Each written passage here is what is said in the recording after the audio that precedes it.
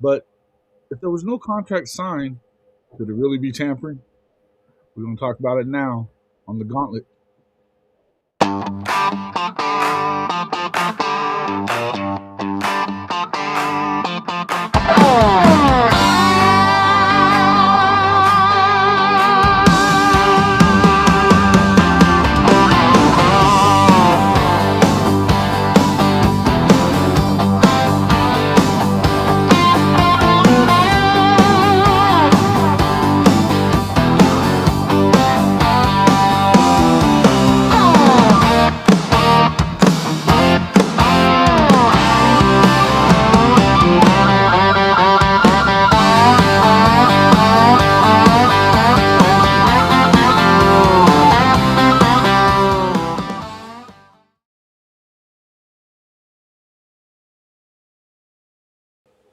Welcome back to the SEC Gauntlet.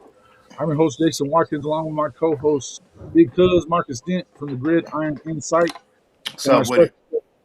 our special guest for tonight from the Horns Down podcast out in Norman, Mr. Kchris Griffin.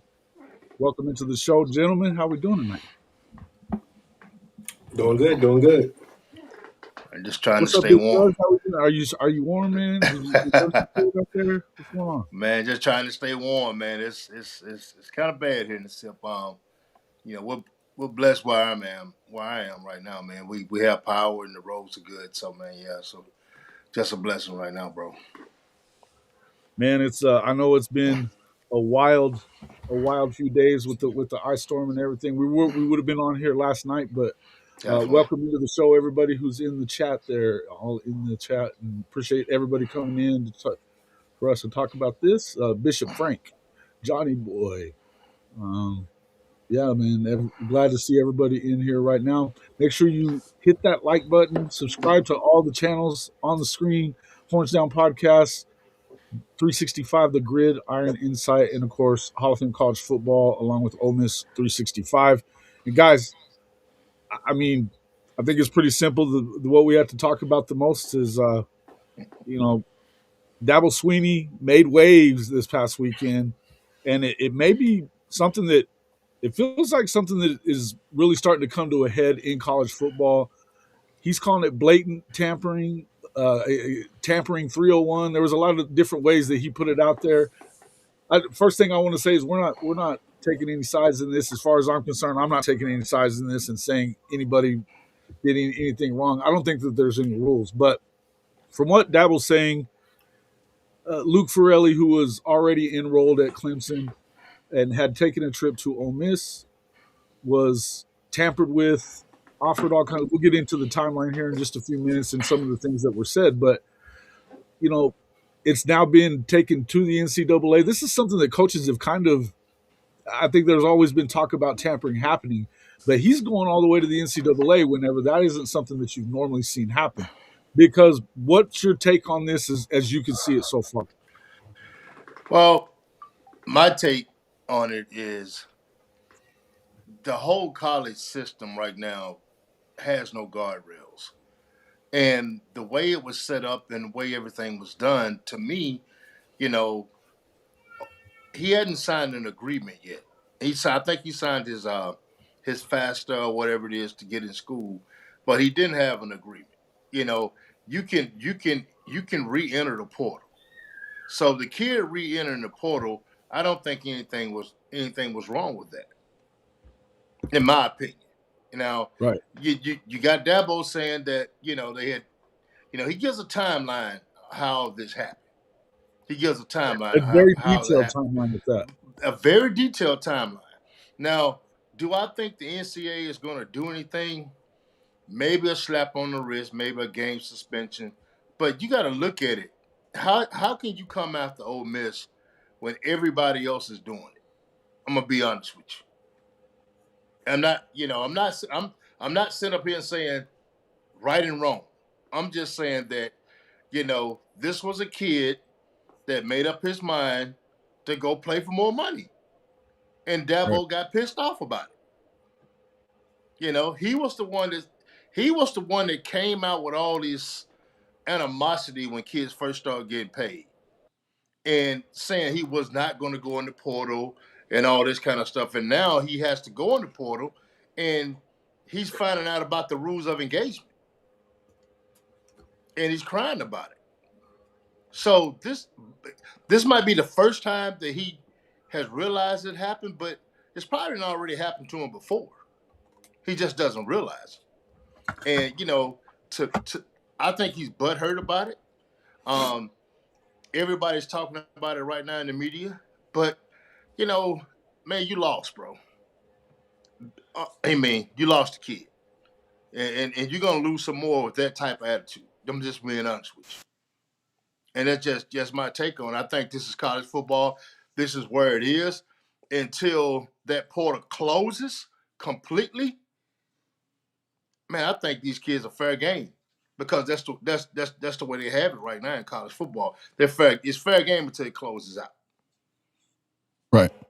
Okay, Chris, what's your thoughts? So first off, I'll piggyback what Mr. Dent is saying on here now, which is, first off, it's obvious this is happening all over college football. But secondly, why did it take for Dabo Swinney to be the I guess the front runner, the face of this issue, right? Because Correct. coaches have been doing this for the past like 2 or 3 years. So that's something that's interesting. Guys, we have a problem, and you all know who the common denominator is, and that is the NCAA. Again, shout out to Chris Mason, Sooners 360. Me and Jason's guy. We talk about it all the time. A lot of this stuff has been a lot of knee jerk reactions from the NCAA. Guys, doesn't it feel like the NCAA is doing a little bit of self sabotage? Almost to the Yes, point to, on one hand, they feel like, hey, you guys can do this better than us, so you guys handle it and watch, you'll need us at some point. Then, on the other hand, it feels like, hey, we thought we had this thing on a leash and now it's taking on a life of itself, so now we don't know what to do. But a lot of it just boils down to the simple fact that there's no accountability for or repercussions for anything. There's legal ramifications now because nobody's reading their contracts. That's a story. That's another topic for another time, or maybe later on definitely. down the road if Jason has one. But essentially, we have no real accountability. We have no real repercussions that are happening. There are some legal ramifications that are built into this thing, but it's not all the way there. Eligibility has to be on the table again. There has to be something, some type of suspension, some type of something for coaches to show cause orders, something like that. It has to be something to where you can stop this Yeah. stuff because it's not just the coaches. Nah, Let's be real. agents, Let's be real, people listening. agents, man. I have always said this before you even, I mean, before NIL was even a thing. Okay, and bear with me, guys, Jason especially, because Jason gonna laugh at this one. But I've always said it. I said it when I was writing for the paper at OSU. When it comes to especially the Division One level, college athletics is legal prostitution. If you're not producing on the court, if you're not producing off the court, meaning you're being a great student, you're being a model person and a model citizen or whatever for that university, these coaches will recruit over you and ship you on to the next D2 or low D1 or whatever school they want to ship you off to, whatever school you can find. They come, Right. they use you, and they go and do what they need to do. And guess what? If they leave and you're stuck there, and there's a whole new regime that's coming in, nobody knows what's going to happen with you. But again, I digress. The problem, guys, here is not necessarily Pete Golden, Dabo Swinney, or even the agents.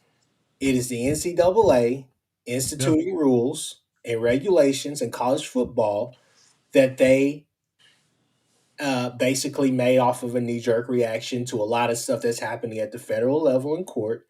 And this is where we're at. So, how do we fix it? I don't know. Maybe Jason has a better idea of that. Well, I don't know that I have any better ideas so much.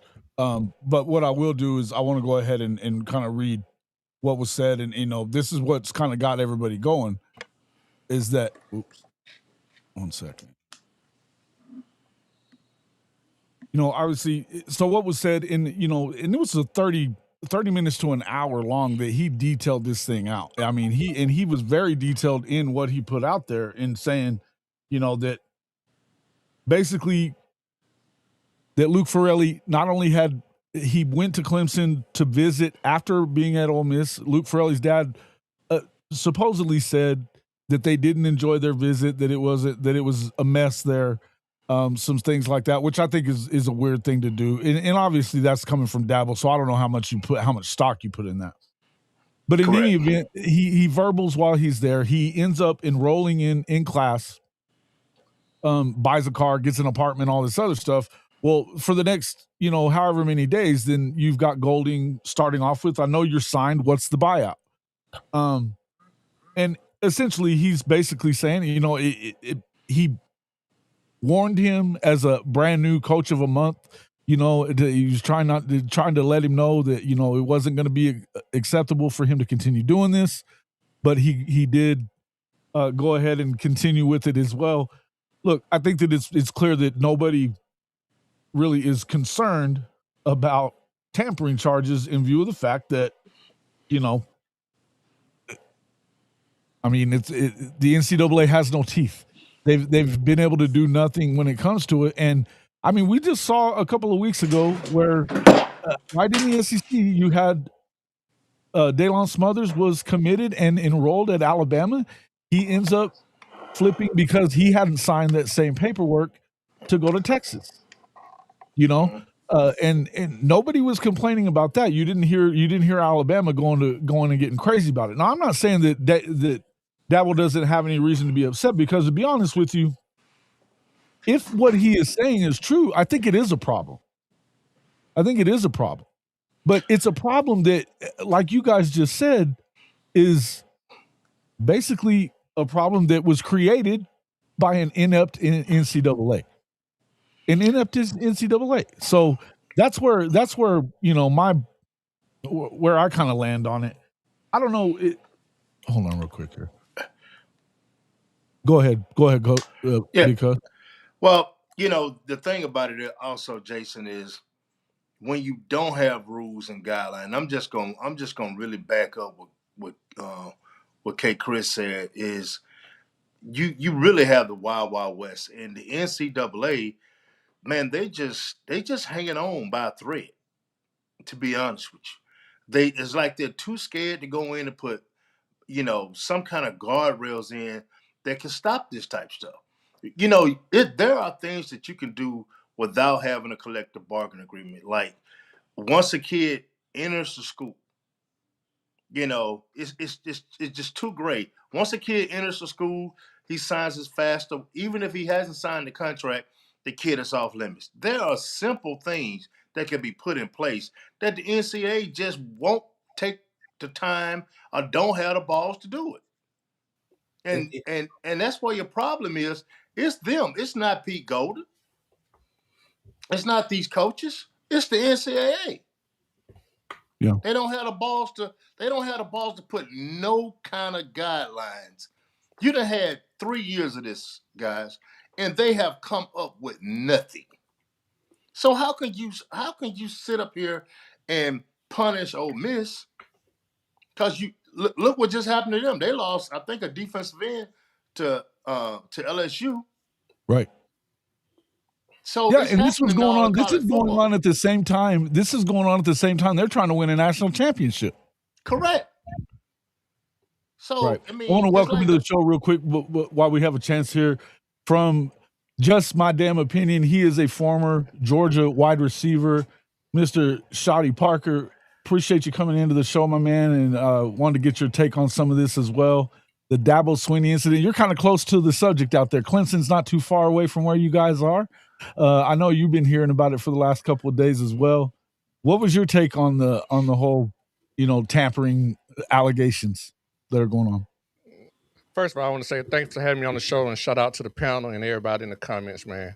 I appreciate you, bro. Just to be quick and short with it, Jason, this is something I call a nothing burger. That's That Shawty that don't. quick and short. That Shawty don't never fail, bro. He don't I never mean, fail. it's a nothing burger. I mean, this is a guy. I hate to say called a guy called the pot calling the kettle black, but Dabo at this point, man, he just proven to show that he just behind the times and trying to catch up. It's just making him look bad, man. And look, it makes him look really bad, to be honest with you. And Shorty, you can remember when all this stuff came about. He was the one that was dead against the NIL. He was dead against the portal, and now he's having to play ball. That's what I mean by the pot calling the kettle black. Right. And so the thing about it is, these are sharks out here. If you want to get in the water, guess what, bro? You better have some shark repellent because it's dog eat dog out here. And we know the saying, guys, if you ain't cheating, you ain't trying. You ain't trying. You ain't trying. If you ain't cheating, you ain't trying. Now that's college football. And I don't know a coach that's trying to win that was in the playoffs don't understand that message. Period. And the NCAA knows that. Guys, think about this. Why would they want to put a casket on something when they can just put a Band-Aid on it and go on about it? I mean, because look how much money they made this year. Record profits, bro. Oh yeah. Record profits. That just to jump in here real quick, I mean that's what the NCAA is doing. The NCAA as an establishment, again, it's just so much indecisiveness that's happening there, right? Biggest thing with the NCAA guys that we all got to remember, they're scared. They're scared of litigation around these subjects because that's what's happening. I mean, people they're getting sued left and right. Obviously, you see what's happening in college basketball right now, which is, I mean, borderline ridiculous, but it kind of is what it is. You have to have some type of legal precedent to move on. And the problem is that the NCAA, on one hand, I hate to keep doing this whole one hand, the other hand, but on one hand, they don't have any legal precedent, and two, they've been so wishy-washy on their decisions in the past about transfers and all the rest of this stuff that they've left a lot of gaping holes in their arguments in what they would call facts. So that's the issue. I mean, it's not an Ole Miss, it's not a Georgia, it's not an OU, it's not an anybody thing. Everybody's doing it. People are finding loopholes. We can sit here and come up with the perfect plan or how you fix it or whatever, and then somebody's going to find a loophole around that. As simple as you said, they signed FAFSA, they signed the contract, they signed all of that stuff, they're done. But it can't be this last minute stuff to where you're trying to, the Mensa stuff with Duke and Miami and all the rest of that. Yeah, that's ridiculous as well. You signed the contract, the kid at Washington as well. Another part of it, guys. I mean, if I may just say, just putting on my lawyer hat, I've been really pissy about it because, like I always say, agents are amazing for what they are, but not all agents are attorneys. So the fact of the matter is they're selling you to the highest bidder, but nobody's reading the contract and understanding if you give somebody the exclusive rights to your NIL, it's the equivalent of signing a 360 deal as a musical artist. You're done forever. You're done forever. You're done forever. You sitting there saying, "Hey, I'm signed to this record label for 8 albums. They gave me $5 million, but I'm signing them for this. I can't release music because I made a TikTok song, not an actual album." So, I mean, that's the problem. Nobody's reading the contracts. Nobody's saying stick to the contracts, and the language is all wishy-washy. And again, I've dealt with some of these agents or whatnot in my time when I was a private practice. I've dealt with some of these agents doing some small NIL deals for these student athletes. It's not rocket science. You just have to put language in there that makes them know, hey, we're here to actually do business to get things done, but that's not what's happening. And it's a problem across college football. And there's no problem. I have no problem with everybody's parents, mamas, aunties, uncles, anybody who wants to represent the kid. All I have to say is this right here. You need to get stuff in writing and you need to actually figure it out all the way through, not just on the front end, but also the back on end. the back end. Accountability they're putting on the kids, not the adults in the situation, and that's the problem. Well, Chris, let me ask you. Let me ask you this right here. So, in the spring, you're going to have some kids want to leave in the spring. There's no spring portal. I think maybe a year ago we had a kid at Wisconsin or somewhere like that just said, "The heck with it," he transferred anyway. So, do you see that becoming a problem this spring?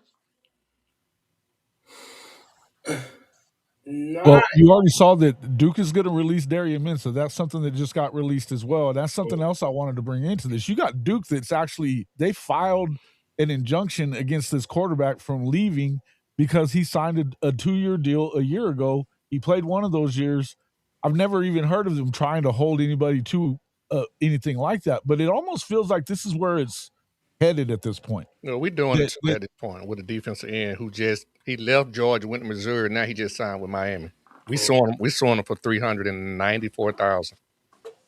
So it's interesting. So on the legal side of things, not to spit too much legalese on here. It's not no. We want that, Chris. No. Go ahead. What I was going to say is this right here. So it's funny because, well, like what Shawty is saying is 1,000% correct. That's how you go after them. You find that language in the contract, but it's a service contract. So you have to remember that you can't force them to, it was an example, I think, when I was studying for the bar, Le'Veon Bell example.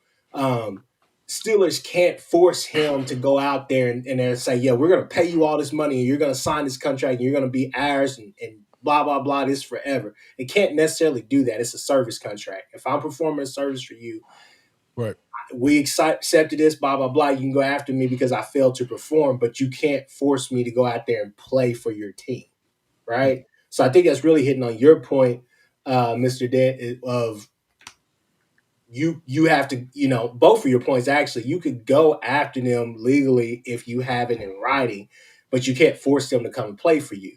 So I think what it really boils down to, which all you guys probably know better than I do on that side, playing and doing all the rest of that stuff, really just depends on how the coach feels about the guy. If it's a guy that they don't want to lose, I think they'll make a problem for him on the way out the door. If it's a guy they're just like, you were good, you were a 5-star coming here, but you have a 3-star work ethic, right? 3-star potential. Well, what about the language in some of these contracts with the schools saying, okay, what if they actually put a buyout just like they have for the coaches? Mm-hmm. Would that help? Yeah, that would help. If the NCAA come in and say, if the NCAA come in and say, hey, look, you can get that kid, but you got to pay that buyout. You got to pay that $1 million buyout. Mm-hmm. So that's what we're basically doing. We're basically, in a short sense, saying, hey, we're trying to get some of the money back for services that were not rendered. Money was given, but services was not rendered. Mm-hmm. Just from an NCAA standpoint, I'll say this right here. I don't know if Jason maybe remember this, and it may make a lot more sense now. When I first met you guys, Jason, I tried to tell you and explain to you guys that Division I football, Power 4, we're 5 back then, but Power 4 now, the athletic programs are totally separate entities from the university. The only thing they share is the logo. And that's the problem that the NCAA is running into, is because they realize they're no longer needed. Football can branch off and do their own thing. That's why when you see these playoffs, you see NCAA basketball. You don't see NCAA things on football like that anymore when it comes to these bowl games and championship games, because they don't have anything to do with it. They are not needed. So that's why the NCAA is basically tiptoeing around this whole situation. Yeah, definitely. Fair.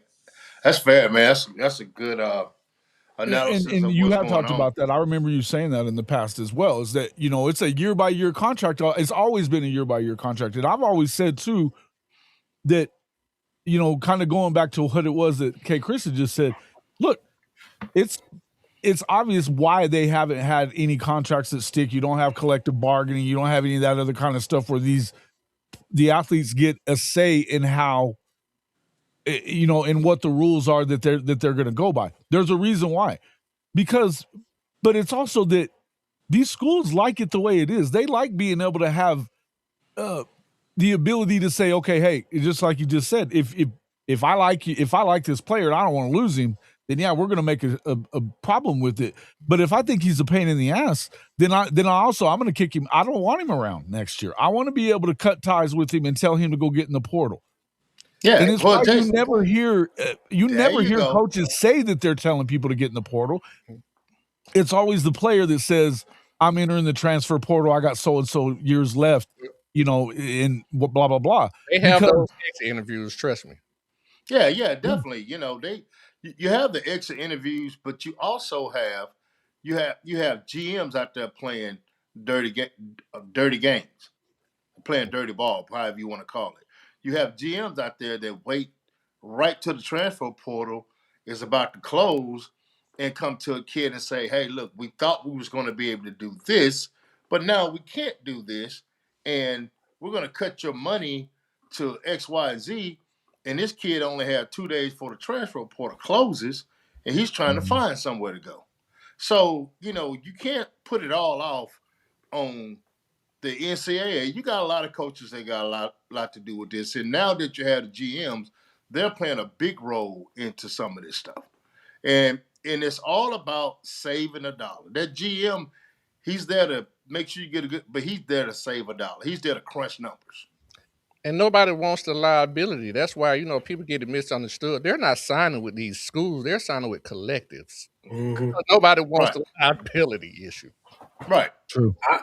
I you know what? Shout out to Josh Pate. I think that he had it right in what he was trying to say with we need to kind of move the season up. We need to expedite the season a little bit because I think that would clear up a lot of problems because if the season's over with, you hit the transfer portal, all the rest of that stuff, everybody's there. Everybody's paying attention to what's going on because the season is over. Everything is concluded. Obviously, you've been talking to these guys through back channels or whatever the case may be. It's going to happen. It's been happening. It's going to continue to happen. But regardless, though, I think that would help as well alleviate some of the issue if the season didn't end and you had certain teams just scrambling towards the end because, hey, they just finished playing, you know what I'm saying, on their path to a college football championship.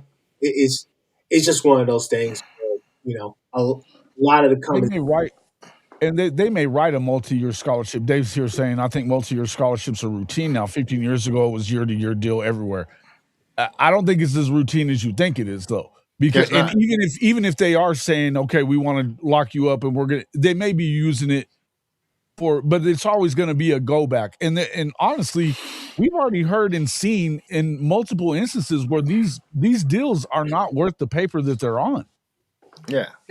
I think it's going to go towards, somewhat of a, I don't know if this is the correct term, but I don't see even if it becomes multi-year, I think it's going to go towards because you got to understand everybody want to kind of limit their liability and the money that they're putting out. So it's going to go towards more of a kind of like bonus for play type of system. I think that's what it's going to go towards. Yeah.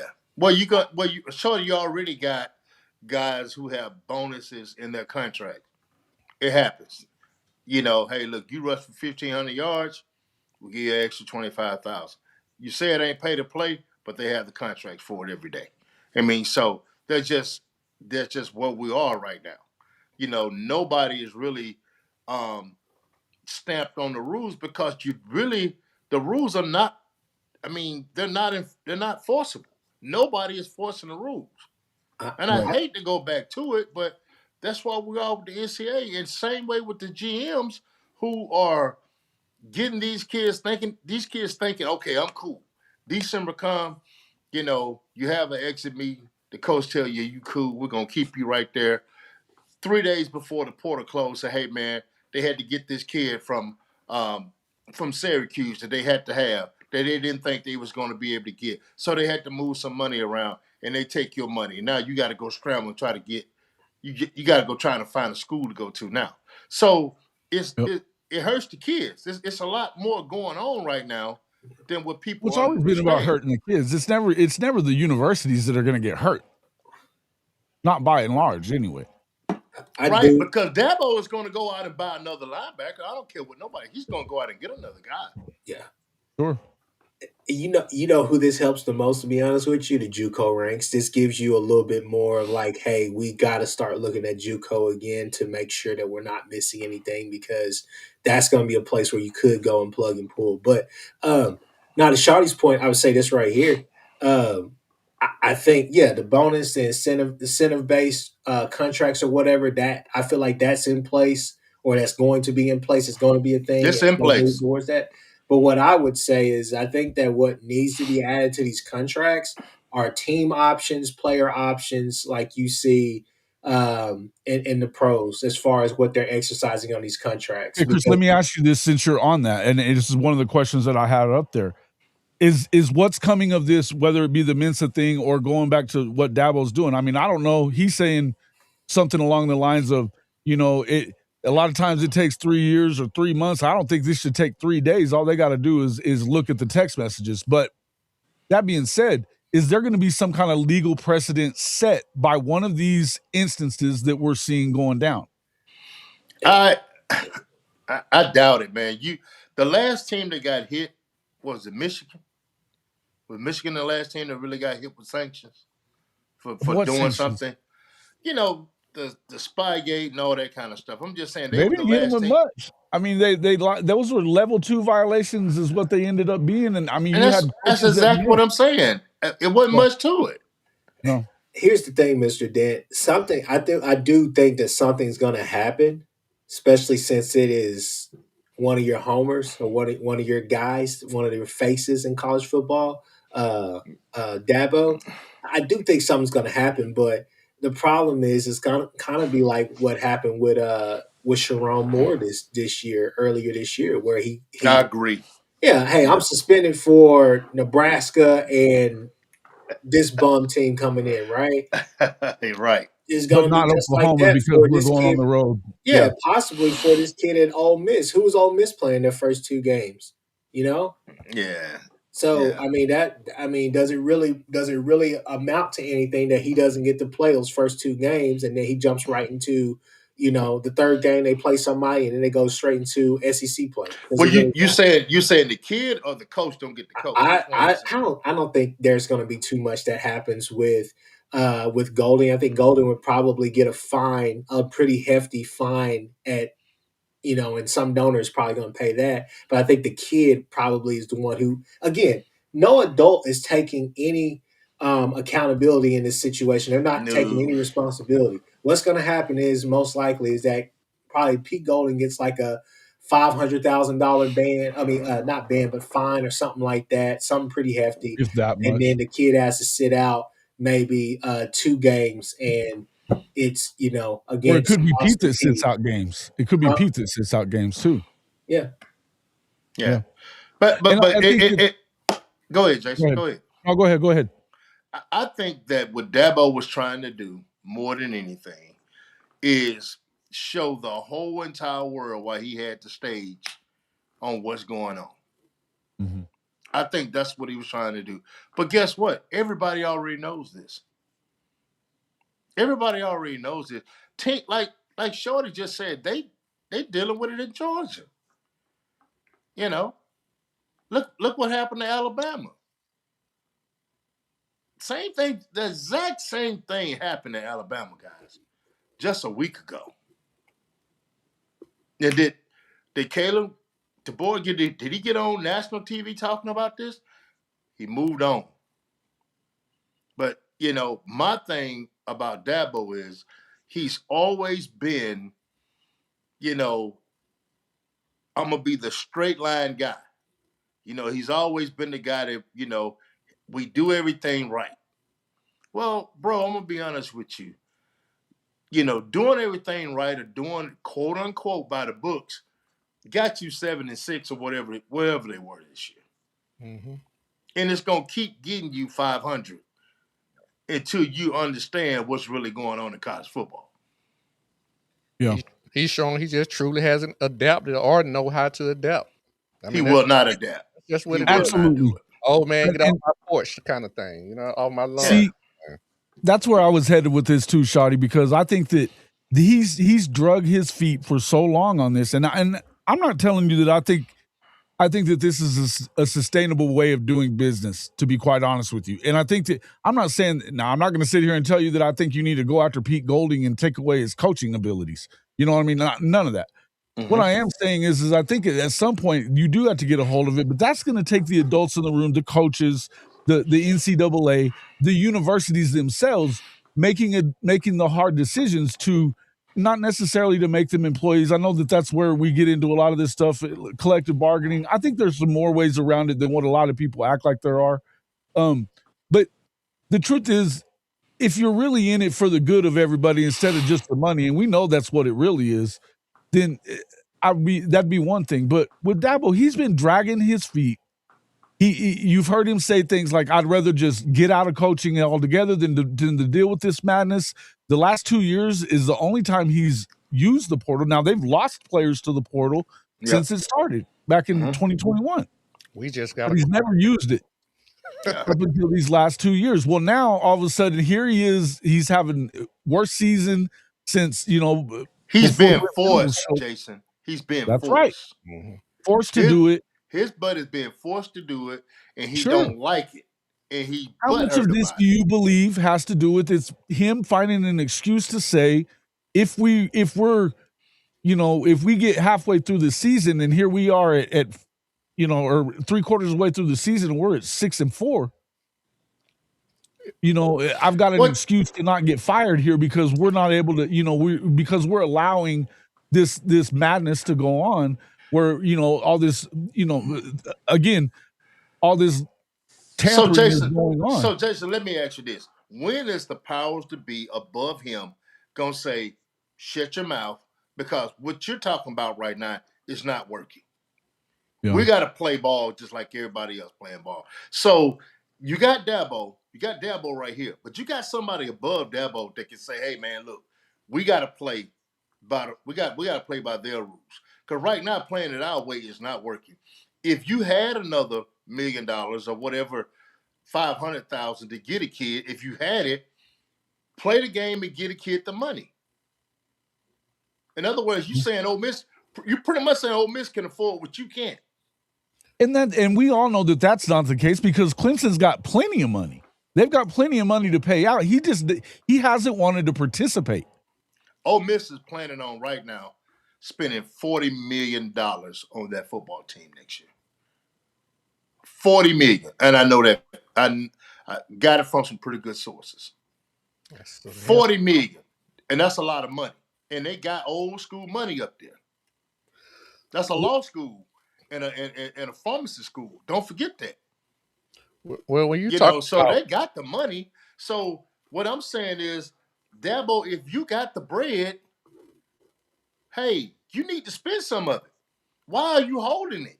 It's what I can't understand. And just to piggyback off that, you're absolutely correct because I look at it like this right here. It boils down to two things. It boils down to the brand and the money. The brand generally wins out. If the brand is not winning out, that means the money ain't there. So Clemson has a hell of a brand, and the reason they're not getting certain things because they're not putting the money that brand can bring to it. Correct. Mm-hmm.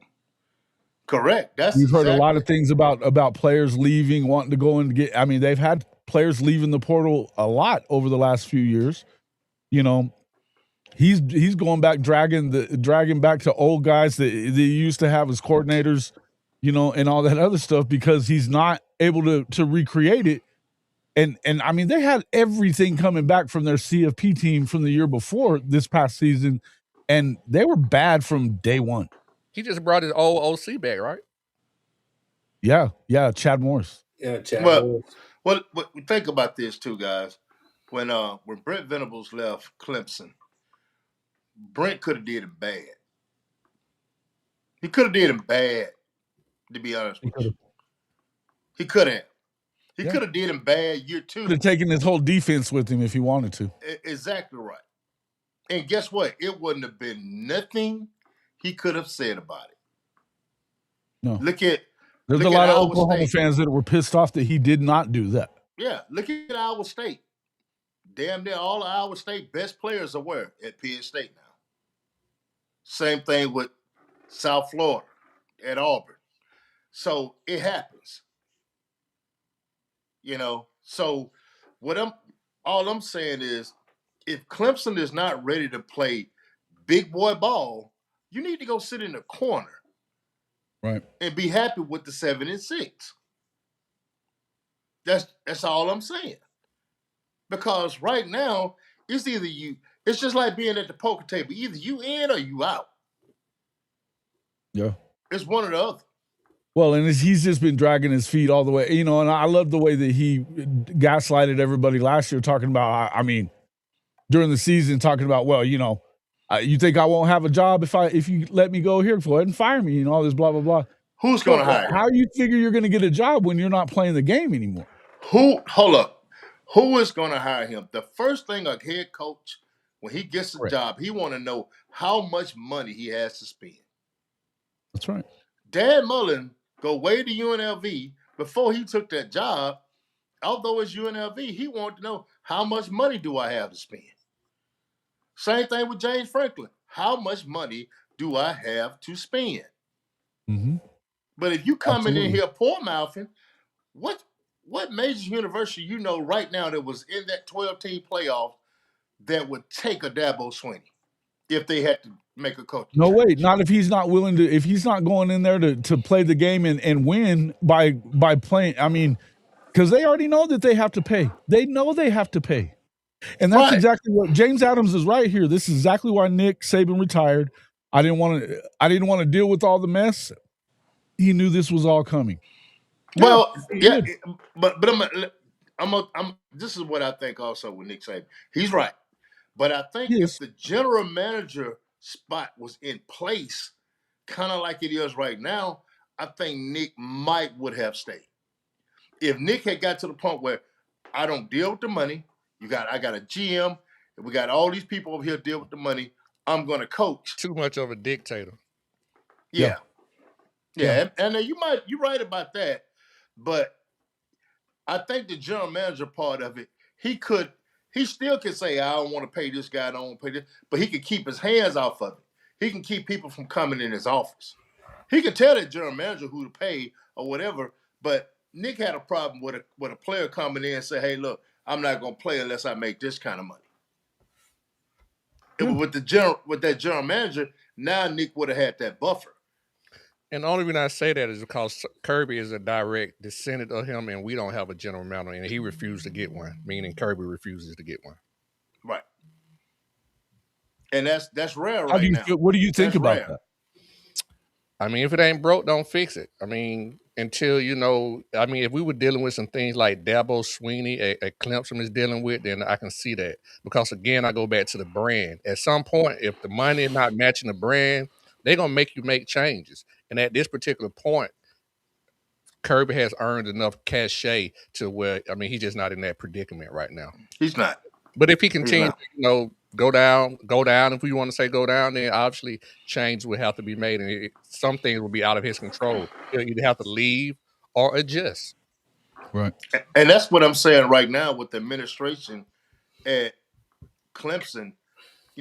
It's going to come where somebody's going to say, you know what, we're not giving any more money to this program until you step out there and do what everybody else is doing. And back to what I don't know whether Shawty, whether you or Kchris said it, but, the school is totally different from the football. Football is its own entity. They just share logos, is what he was saying. They just share logos. And somebody in the upper echelon is going to have to say, man, if let's just say the NCAA comes down and don't do anything about this, dude, now what does he have to stand on after that? If the NCAA say, you know what, we did not see a violation here, or it was minor, we're gonna make sure, they just slap them with something real simple, guys. And so where did Dabo go from here? He went publicly, guys. He went on national TV, podcast. Well, that's the wild thing about it is that he went real loud and nothing happens. Coach, and that's the wild thing about this whole thing is that there's been complaints from a lot of people, including Dabo Swinney in the past, but they've been reluctant to actually call anybody out by name and say that it's going, this guy's doing it. You've heard rumors about guys like Lincoln Riley, especially Lincoln Riley. You've heard, different people around. Lane Kiffin's been accused of a lot of that kind of stuff. I mean, Lane Kiffin just did it. While Ole Miss was going, it was all going on during that entire thing. I do want to clarify what Dave's asking me here. What was I saying about Saban earlier? What I've said about Saban in the past is the reason that he left, and that's exactly basically what's being said here right now.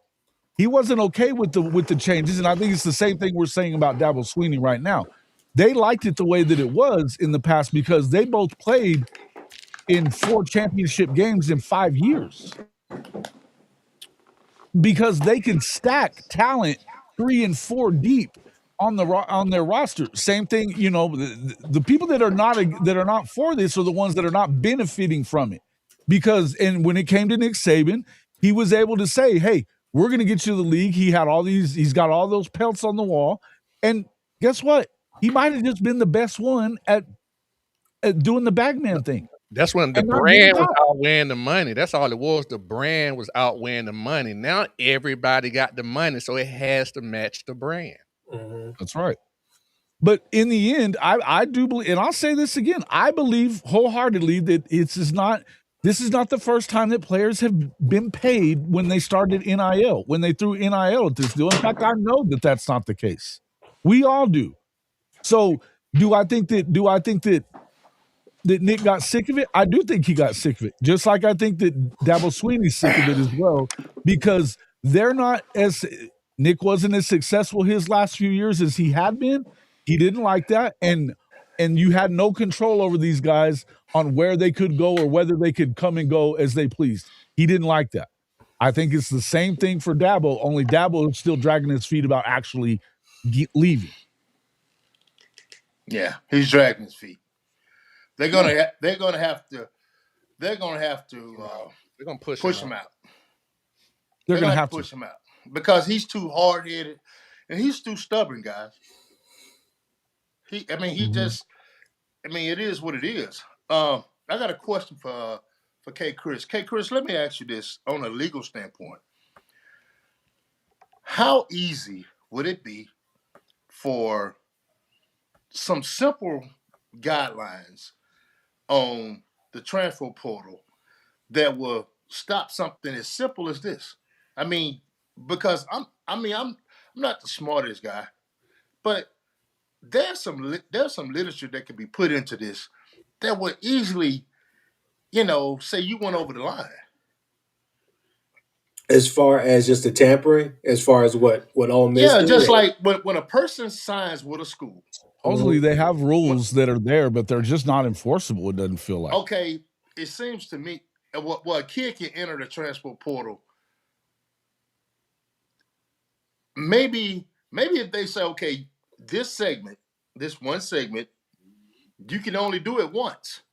Mm-hmm. You can't enter the transfer portal twice in the same cycle. Something simple as that. But then guess what? Now we go back to court because somebody's going to say, okay, you violated my rights. So you think that's the reason why we don't have literature? Yes. Because again, they're skittish. Like Shawty said, nobody wants to take on liability, and the NCAA does not want to take on a case. It's as simple as just putting language in there. Maybe you're messing with playing time. Maybe you're with eligibility or whatever the case may be. You are doing something to kind of make it clear to these kids that, hey, once you sign this contract, once you sign the FAFSA, or whatever the case may be, once you receive one red penny from the NIL collective or whatever, you're done, right? And see, I don't think that kid got anything. Is that right, Jason? From your everything that's what seems to be coming from Ole Miss is that they did not sign NIL or revenue share contracts with him yet. That's why he was able to leave. Okay. They had signed financial aid paperwork. Correct. But financial aid paperwork isn't the same thing. And you had what was the kid? Gosh, I forgot what school he was at. Oh, there. Missouri got the Ole Miss wide receiver, but there was a receiver who was in the portal who was already headed there. I think it was from Auburn, and he never Yeah, showed up on campus. and he left. Singleton? Was it Yeah, I know what you're Singleton? talking about. I think it was Horatio Oh, Fields Horatio kid. Fields. Horatio Fields, Fields. Yeah. yeah. You're right. You're right. And maybe they told him, hey, we don't want you now, so you don't have to come because we got this kid. But it also could have been the fact of that kid came open, they offered him the most money because Horatio Fields was sitting there playing around the whole time. But something has to happen with this stuff. But it's as simple as that. Smart or not, or whatever the hell you want to say, it's not rocket science what needs to happen. It's just the fact that nobody wants to take on that amount of responsibility and accountability in this situation. But again, once you have earned some money, once you have signed on the dotted line, once you have did all of those different things, that needs to happen. It can't be the fact that you just don't show up to campus. Again, it's a fine line between, but you have to walk which avenue are you going to walk? Which is the stronger of the arguments, right? Again, which it all boils down to. Um, the kid, you can't force the kid to play for your team. You can't do that.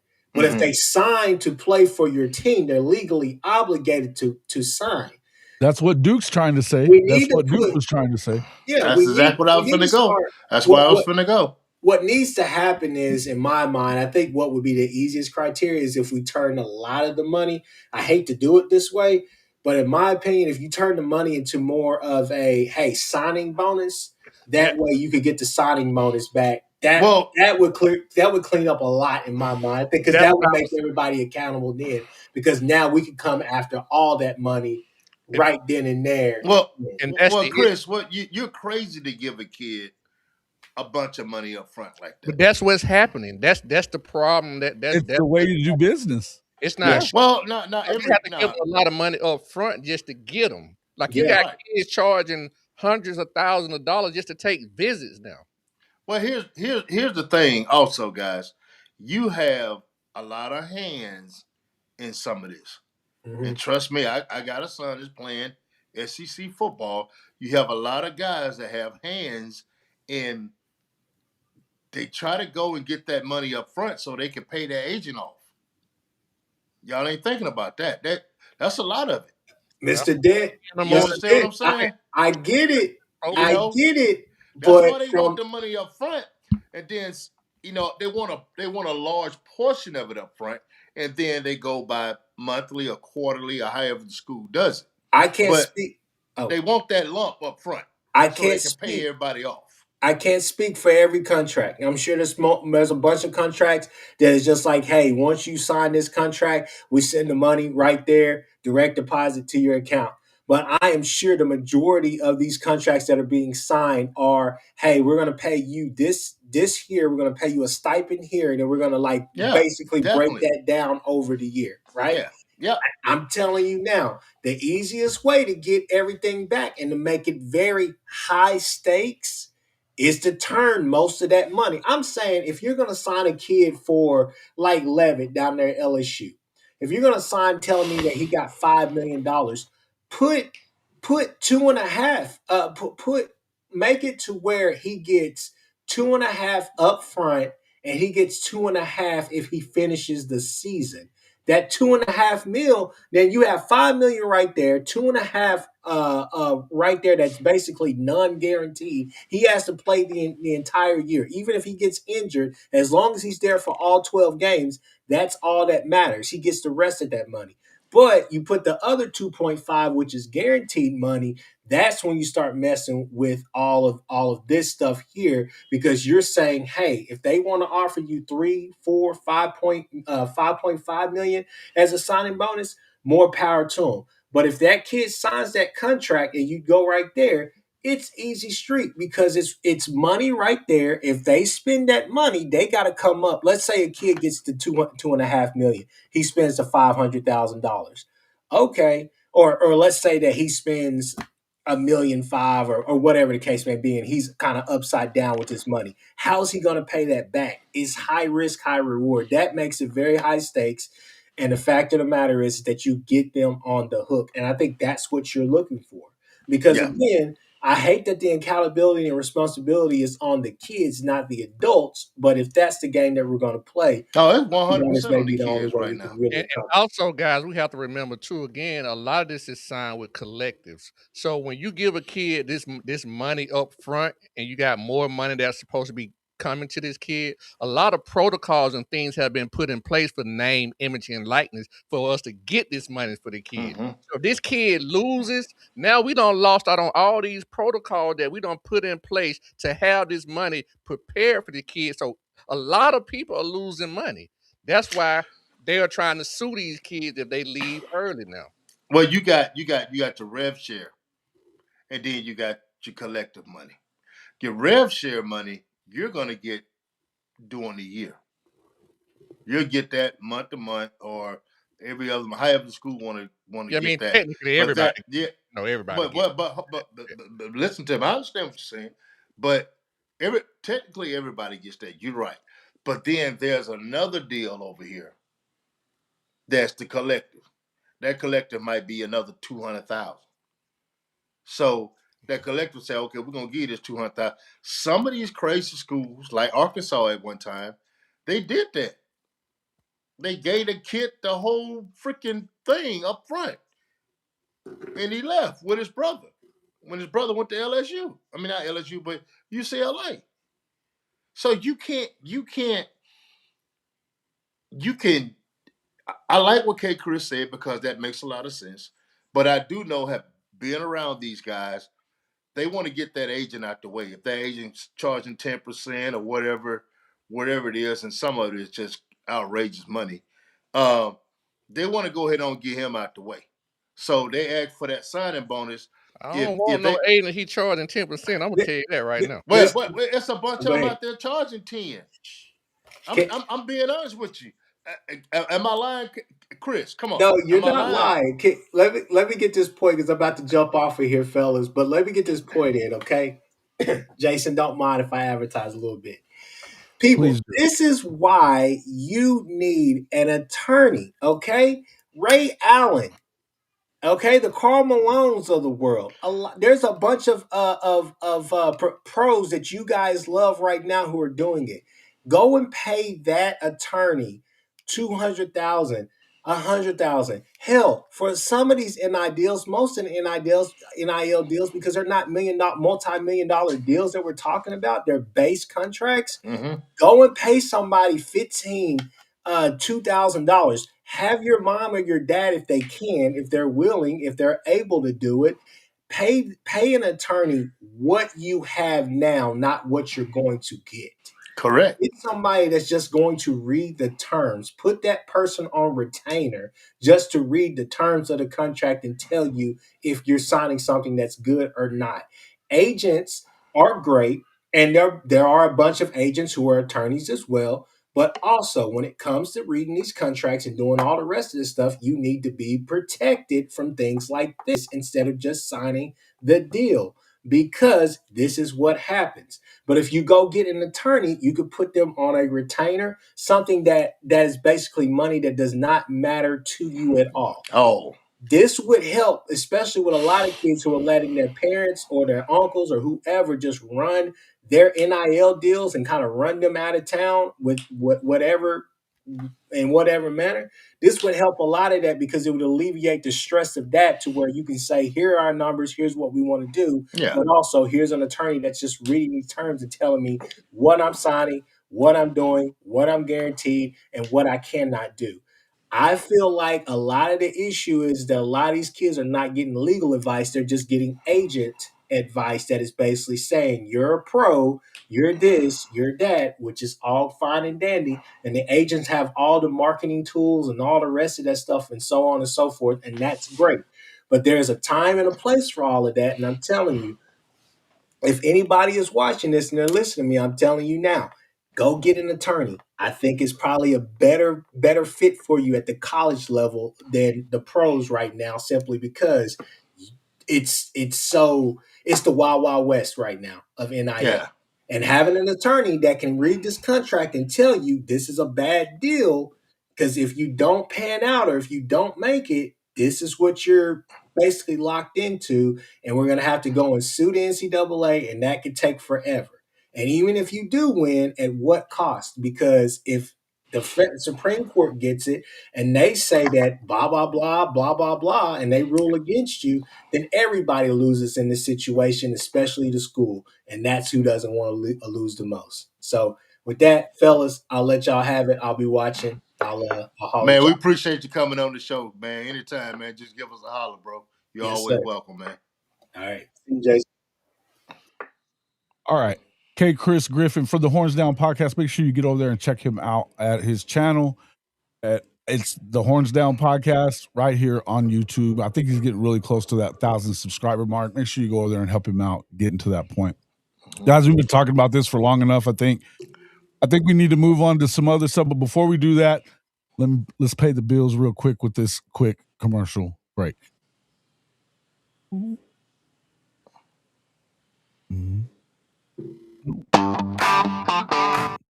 Never mind. We don't have it. I don't guess. Oops.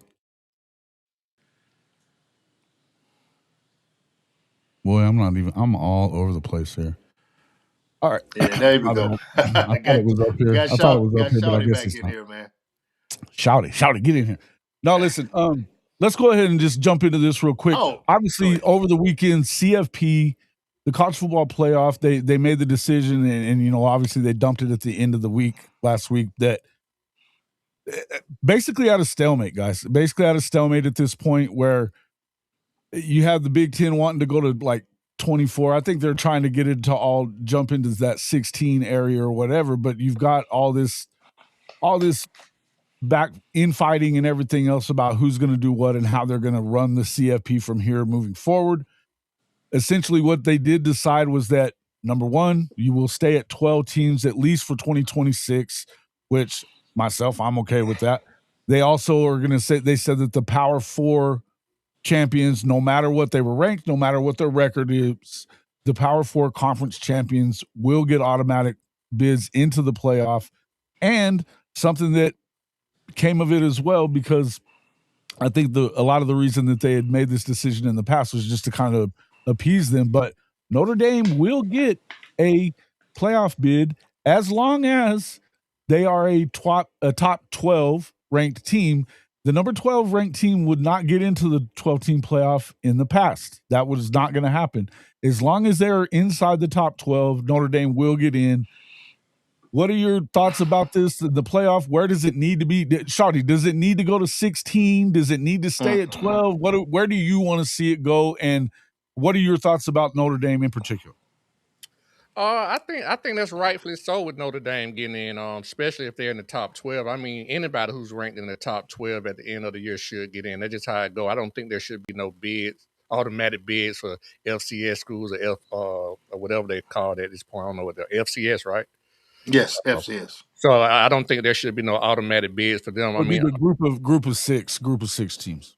Yeah, unfortunately, I just don't think their strength of schedule would ever have them ranked in the top 12. So why should they get a bid? So what they're doing with Notre Dame, I like it. I really wasn't a fan of the 12 teams, but I'm okay with that. But it definitely should not be any more than 12, because the more teams we put in, the more the regular season is being devalued. Yeah, and I'm just gonna talk a little bit, man. I didn't want the 12 teams, guys. I'm gonna be honest with you, until it happened. And when it happened, it was really exciting, guys. I mean, to me, it's probably one of the most exciting football seasons we'd have had in a long time. I'm getting a little bit of an echo, but yeah, I'm with you. Notre Dame should get in. And one thing I would say too, I don't necessarily know if it has so much to do with 12 teams, but I think what made it so exciting, just to kind of piggyback off what Big Cuz said, is I just think it just showed more of the parity with the NIL and the portal is bringing. Like there's no longer where you're going to have the same teams. I think someone said it earlier. It's just so hard to stack talent back to back, and there's so much movement from season to season. I mean, you can just always find anybody in the top 12 that can win it, to be honest. Do you think the SEC is hurting from having 12? or you think it's happened? Like say we haven't had a champion in 3 years, but that doesn't mean That's a good that question. it doesn't mean that we're not still have great football teams. I just think you know the Georgias of the world, the Alabamas of the world, they can't stack their talent, and you probably see that firsthand, being a former player and someone who Living in follows them. Athens. Yeah, living in Athens, and you see that, you know. But just tell me, man, just as a SEC guy, where does that put us? Because I think the Big Ten is so front heavy. Now, what Indiana did was exciting, and I can't say it won't be done again. I can't say that, but I think right now in the SEC, man, I think we beat everybody up, and and we just right now that's what we got to find a way to elite that some kind of way, and I don't have an answer. Well, You know, the thing is, because it's like I agree with you. I think it kind of helps us and hurts us, but at the same time, the only reason I don't want to say it hurts us so bad in terms of cannibalizing each other is because the SEC may get 14, but the Big Ten gonna get 3 or 4 in as well, and they're gonna have to cannibalize each other at some point too in the playoffs. So for that reason, yeah, I don't think it really hurts anyone. You know what I'm saying? I Because they're got gonna, you. they're gonna have to play their conference champion and their third or fourth place team anyway, because they're gonna get those slots. And Yeah. Indiana is just such an anomaly here. They had all fifth, sixth, and 7 year players on their squad. Who ever gonna build a team like that again? Well, Miami was close. Miami Yeah. had a bunch of guys that were 23 and 24 They They years got a also old. have I they mean, also have some true freshmen that were playing every game too. Who? but Miami also has some true freshmen that were big parts of that team as well. Yeah, but that was 1% of that team. I mean, if you go look at their depth chart, man. It was those kids been there a while. At the end of the day, what I guess I mean, and obviously that's where this is headed is where do they stack up? And I guess I would ask you is how far behind has the SEC fallen, Shawty, as far as you're concerned, or have they fallen behind the Big Ten? You brought this up last year. I remember having this conversation. If they win 3 straight, what is the conversation now? I don't think they're falling behind again. I just go back to the parity. I mean, it's just so much more money being spread around. I think it's just gonna be hard for a team to, just win consistently, like championships. I think it's just gonna Yeah. bounce around, between conferences. It's gonna be about who's able to find that balance of spending the most money, whether it be on the books or off the books, Books. and with maturity. Yeah. That, Yeah, that's mature. that, that's the key. You got to be able to have some players that you're gonna be able to develop. Do you want a bunch of 18 and 19-year-olds, or do you want a bunch of 23 and 24-year-olds that understands the assignment? They're not They're more worried about coachable. they're more coachable, they're not worried about getting a car wrapped next month. I'm just saying, I'm just throwing some things out there because I know I got an 18-year-old. I got 18, 19-year-old that's been there. And I just know how young guys think. But when you get to 23 and a 24-year-old, they're a little bit more settled. A lot of them have already graduated from college, bro. There you go. You understand what I'm Well, saying? A lot of them have already finished college, so they're in a grown man world and they thinking like a grown man. they played a lot of football too. I agree with you Body's on all that mature. stuff. Right, lots of Body's football. also mature, right? We're talking about just from a physical standpoint. The bodies have matured. You But if it was remember what your just about that, granddaddy then used to why say? Hey, doesn't boy, you ain't a BYU win man all the yet. time? If it was just about that, then why doesn't BYU win all the time? Because they always got them old kids. But you're talking about But caliber. We're talking about different caliber of players. Like the caliber of players at BYU is a little bit different. I yeah, ain't but saying they win though, Jason. They win. at And, their level. yeah, they win at their level. But you go look at the kid, look at those kids. A lot of those kids, some of them didn't have no ranking coming out of school. If you No, go and I'm look not at saying Indiana kids were 3 stars, high threes. sure. So they were Some right of there them on the were. cusp. Yeah, yeah, some of them. But I'm just saying. But if you go look at BYU, man, and it's nowhere close the kids that they have to get. And to your point, because a 24-year-old 3 star is a 19-year-old 5 star, 20-year-old You five. better say it. But that's it. That's it. You hit it on the head. That's pretty much it. Because you get a 19-year-old 5-star, as my granddad used to say, boy, your bones ain't even got hard yet. You know, you can look. I mean, you can have your chest out, you got muscle growing out your ears. But what happens when that grown man get a hold to you? Mm-hmm. I'm telling you, look how you think about this, guy. Look how Indiana, they pretty much manhandled everybody, man. Yeah, Miami gave them a game at the end, and hats off to Miami. Well, if you look at the last three manhandle people, bro. They're the third straight national champion too that definitely had highly experienced rosters. Exactly, Jason. You look at Ohio State, they paid for retention. Most of what they paid, now they went and got Will Howard, they went and got Quinshon Judkins, they went and got, obviously Caleb Downs and stuff like that. But they also paid a large amount of money to retain their guys that they had. And Michigan the year before that, Michigan did the same thing. It's kind of like not to change subject, but it's kind of like NCAA tournaments. When you have those small schools who make those runs in the tournament, they call their team all 5th and 6th year seniors. And now everybody trying to deal with one hit, but 1 year wonders, one and done players. It's hard to develop. It's hard to develop and have that consistency when you like that. When you got older guys, it's so much easier. Well, Shorty, there's been a lot of talk about that, hey, look, these kids too old to be playing. The reason why you still have these 23 and 24-year-olds is because of NIL. Because back in the day, at 21, after you got your third year, you was trying to get a free agent shot or something. You was trying to get up out of there. So right now, the NFL is looking at like a 62% drop in early, enrollment, not enrollment, but entering the draft. I mean, it has dropped considerably. And let's not even talk about basketball, guys. Mm-hmm. Basketball, they was crazy right now, man. Yeah, they're coming back. They're coming back from the pros, bro. They getting paid. So why do the one and done now? Right. Like the guy from Alabama, they said he would make more in 3 months playing for Alabama coming back than he would in the G League his entire year. Correct. Unbelievable that they're allowing that to happen.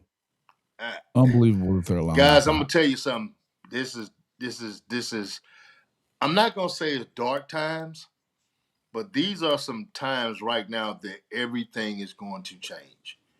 Everything in the next 2 years. I don't believe there would be an NCAA. I believe the National Football League is going to come down and say, hey, little brother, scoot over.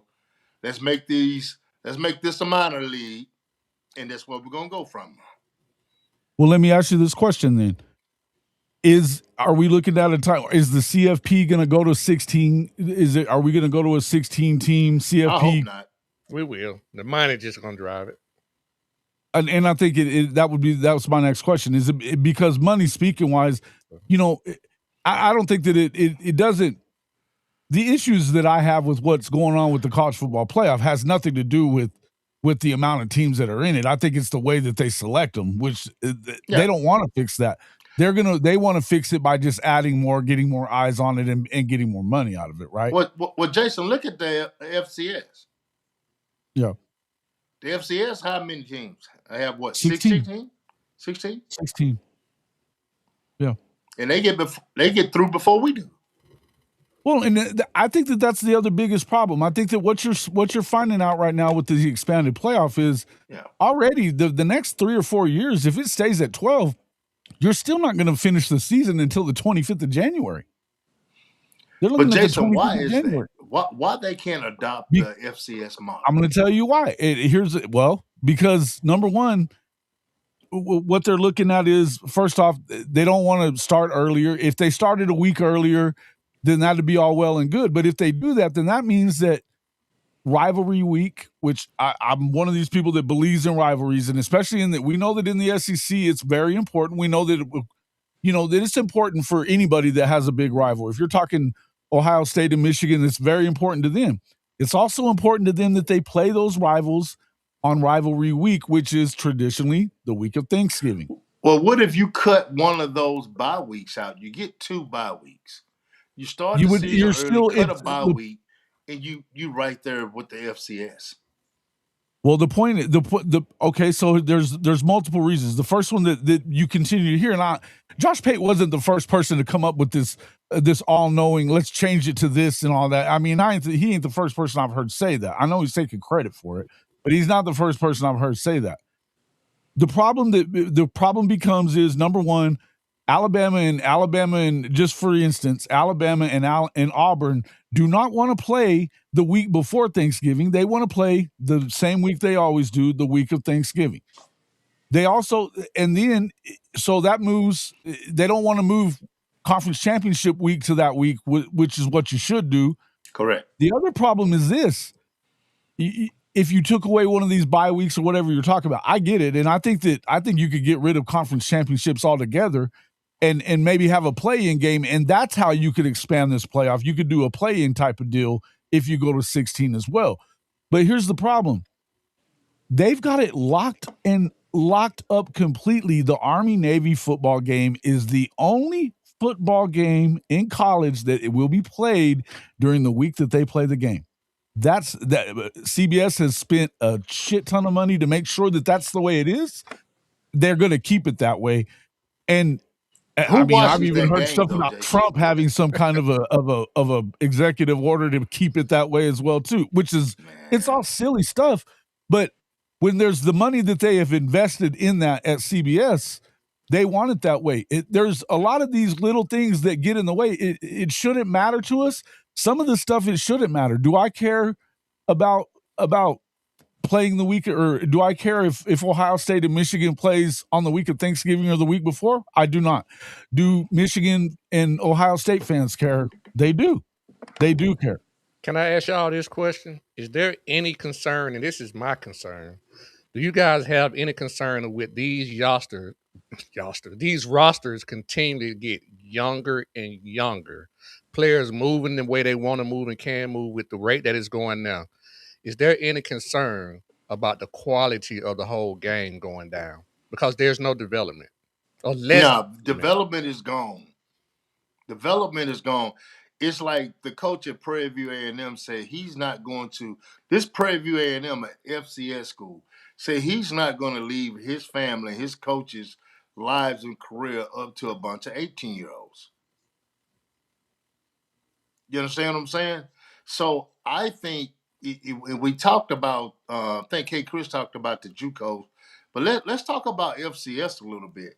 I was at Grambling State University last weekend talking with Mickey Joseph, used to be the receivers coach at LSU, head coach at Grambling now. And he was like, man, their pitch is to come play for us for a couple of years. Because they had a linebacker that was playing at Ole Miss that started. He played in the playoffs. So if you want the same thing, you want to check like he got, we can give you a whole lot of experience and bubble gum. And we fresh out of bubble gum.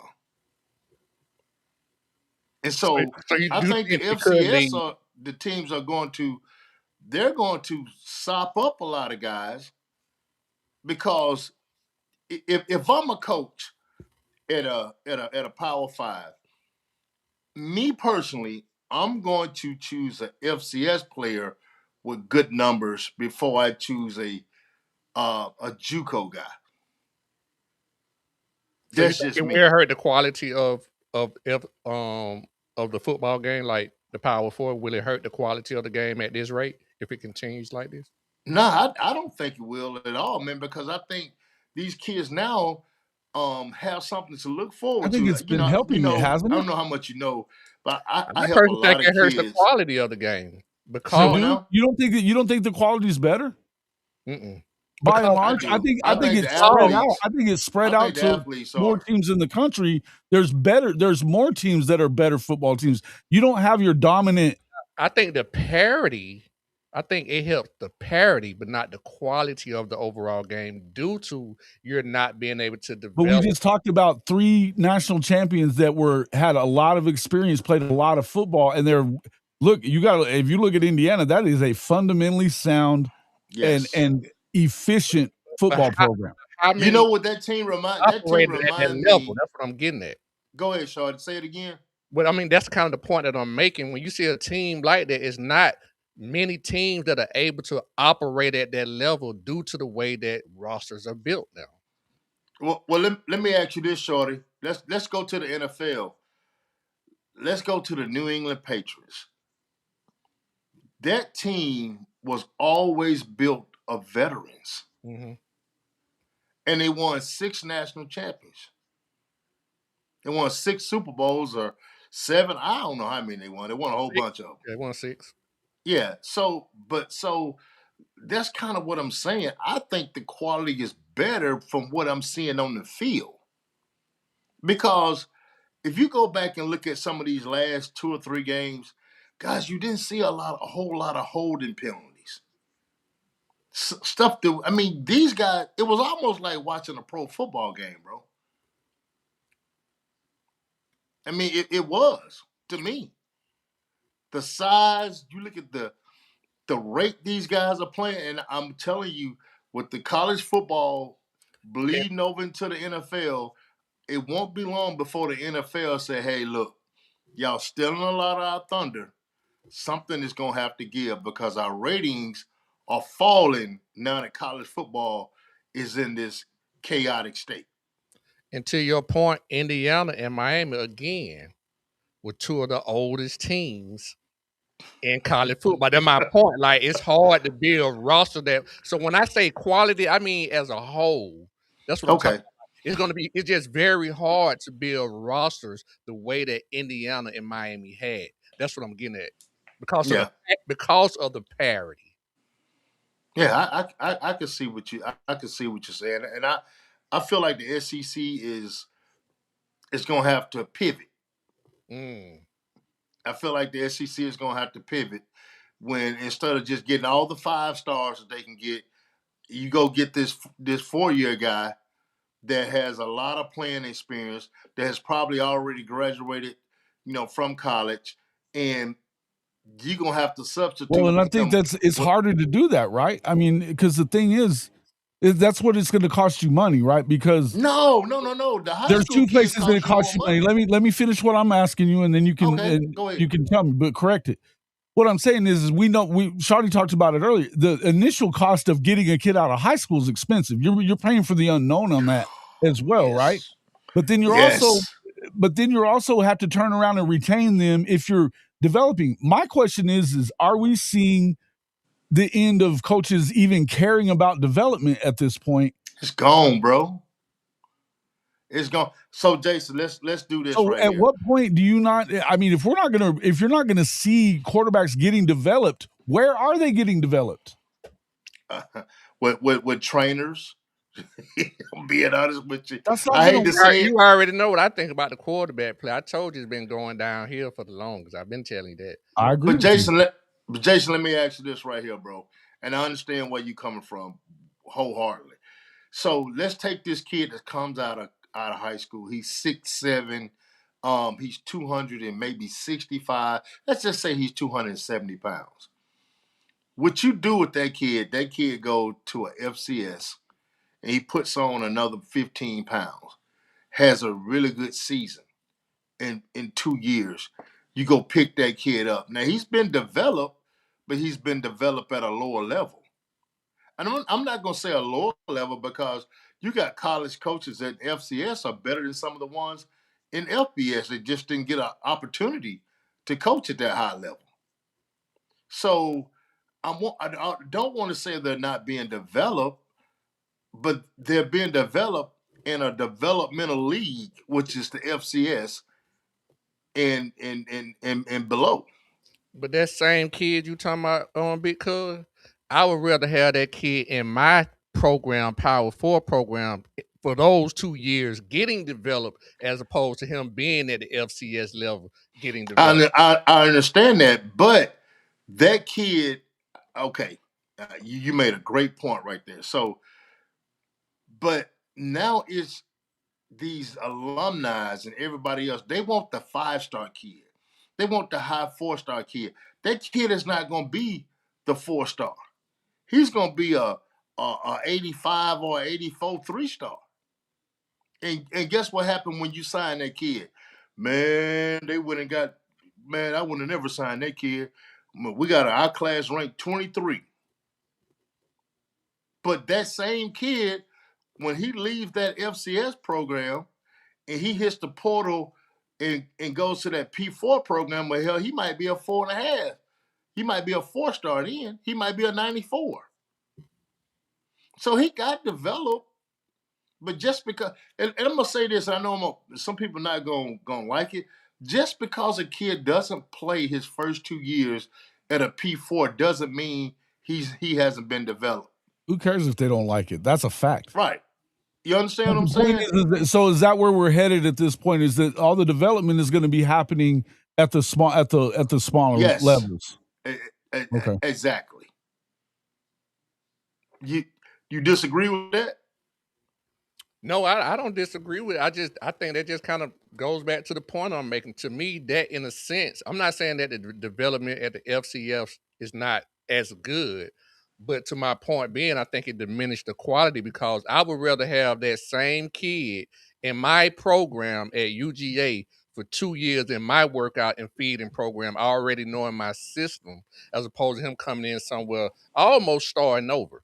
Not quite starting over, but he doesn't know my system. Here's the thing. Why would any quarterback stay in a place whenever they're getting replaced? I mean, it's waiting your turn. You're waiting your turn.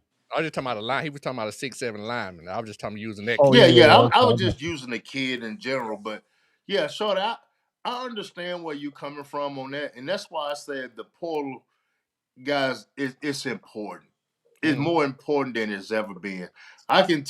Let me use myself, guys. Alcorn State University, 1990, I want to say 91. I was working out with some of my buddies at Mississippi State, and Jackie Sherrill saw me, and I was out there catching passes and everything. He was like, "Man, where do you play at?" And I told him where I played at. And of course, we had McNair. We just throwing the ball. We ain't doing a whole lot of, 21 set type offense at all. And he was like, "Look, right? McNair one." Yeah. It was just throwing the ball. And he was like, "Hey, look, come here. We need a tight end. We don't have anybody. I got to go get a kid out of JUCO." And if the portal was like it is now, I could have transferred and played right away. And when our coach got fired, nobody told us that we could leave. Back then, if your coach got fired, you could leave without losing that year. These kids got so much information right now that somebody who was playing in the late 80s, early 90s, we didn't have that kind of information. Mm-hmm. So I think the portal is needed. The age, I still know you know what hasn't changed though. The age still the same. Like I think House Money Pro making a good point. Like they're getting recruits are getting younger and younger. I don't care how many stars they got. If they're a 5-star, you're as a coach yourself. Freshmen make mistakes. I mean, all players make mistakes. They're gonna make mistakes, man. You can't always make more mistakes than the older guy. That kind of the point. That's what I mean by the quality overall can go down because you're playing so many more younger guys in totality now.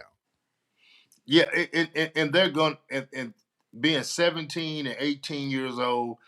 Some of these kids coming in at 16, they're graduating early. They got dual enrollment classes, and they're coming early. And guys, they're just. I don't want a 16-year-old on my football team. Right. Jason, I don't want a 16-year-old on my football team. I get it. And this is where I think that kids somebody said it earlier, JUCO kids are gonna start getting some play. These are kids that are getting into college weight rooms. These are getting into college nutrition programs, and they're learning at the. I mean, and we know that in the past it was usually something about Prop 48 or something like that kept them out of Division I as it was. That's not necessarily the case anymore, but. Some guys, you said this the other day, some guys are late bloomers. They are. Yeah, it really ain't walk-ons anymore. Right. Well, you want let's just take Let's take Isaiah. Isaiah went to OU at 6'6". He's 6'8" right now. He grew 2 inches. Yeah. In a year and a half. You know, he was what, 6'6", 280, 285. He's 6'8", 330 now. So it took him a minute. We didn't know he was going to grow another 2 inches. We figure, okay, he might be 6'6" and a half. Mm-hmm. You know, but you just have kids that are late bloomers, and when you catch those kids, it's almost like catching lightning in a bottle. And Shorty, you think about this. Take a kid that grinds at JUCO 2 years. Then he get to the FCS level, and he has a big year in that FCS level. That kid already is going to be, if he finishes at high school at 18, he's going to be 22. If he gets a red shirt in there, he's going to be 23. If he gets a medical, he's going to be 24. You understand what I'm saying? Mm-hmm. So it's real easy to have a 24-year-old playing college football with all the things that can happen. Nobody is trying to I heard somebody say they need to put a cap on the age. Why would you want to put a cap on young men making money? That's stupid. Eligibility is eligibility. It don't matter about the age. Say it. Yeah.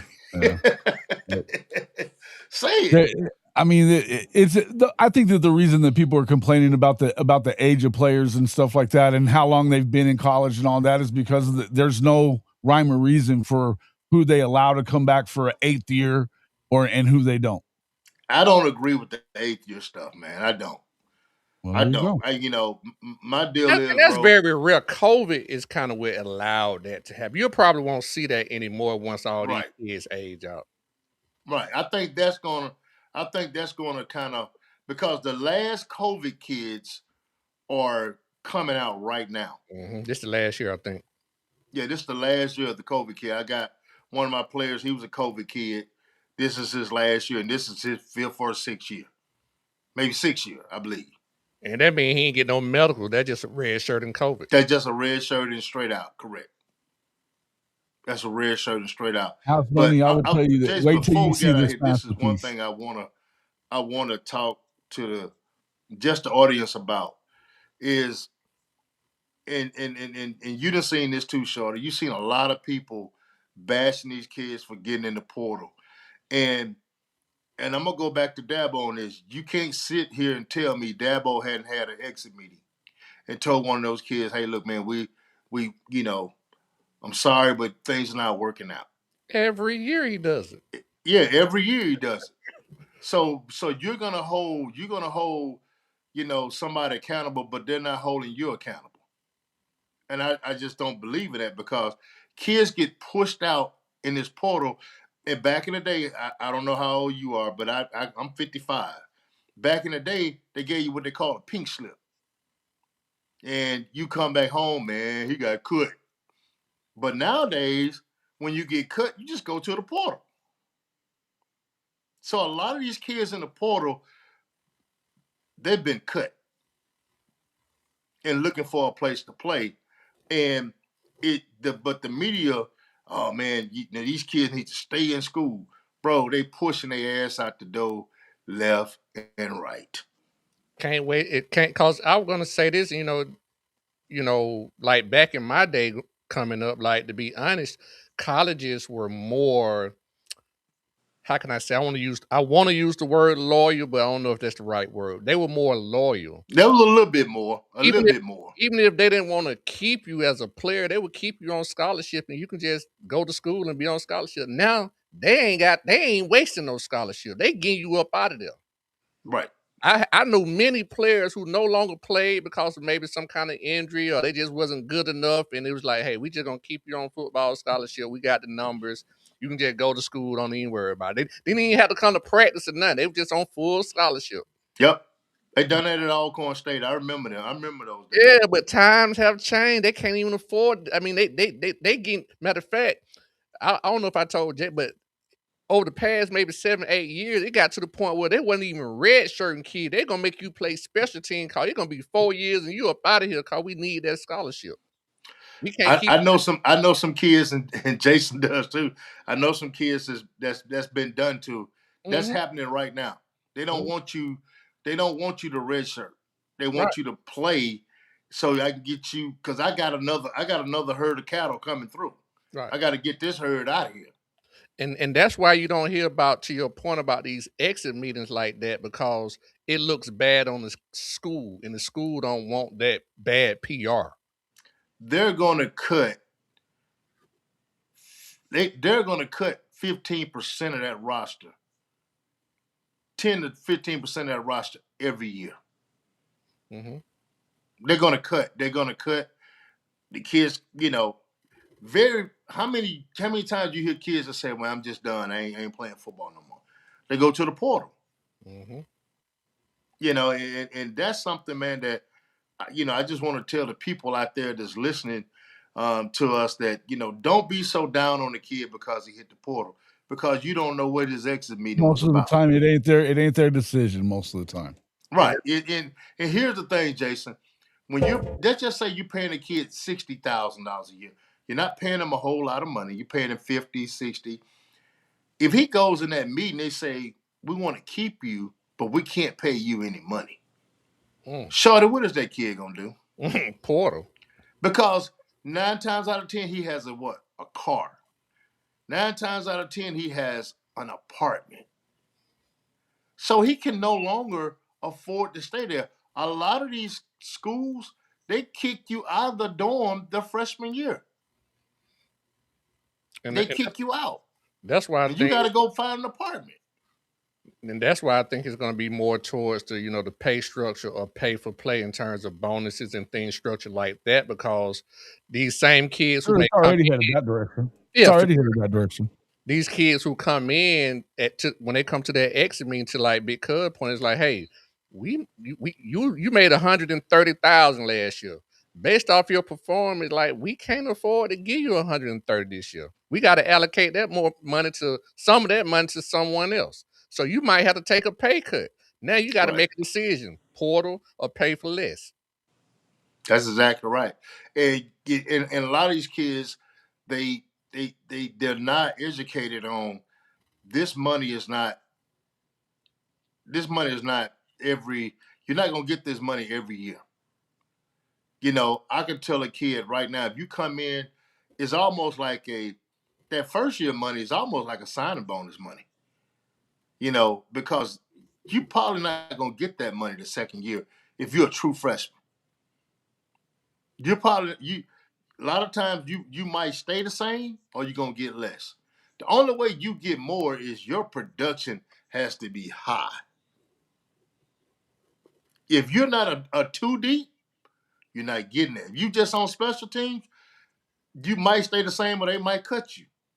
They might cut your money. Mm-hmm. Regardless, you have kids to get injured, and that's all depending on the position coach. And now it's up to the GM. You get a receiver, go out there, he has a hell of a year, but boom, he gets hurt. Guess what, man? We got to replace him. So let's go back to this contract. Now your contract said that you have to be available. If you're not available, it don't say you get hurt. It say available. So if you're not available, we can go back and renegotiate your contract. And I think what they're going to do, and I know some schools and do, I don't want to call out names, but it's going to be like pay grades. You're going to be like at a C level, B level, A level. Yes. And that's basically just how it's going to go. If I'm just going to use stars in terms. If you're a 4 and 5 star, you're going to probably be in that A level.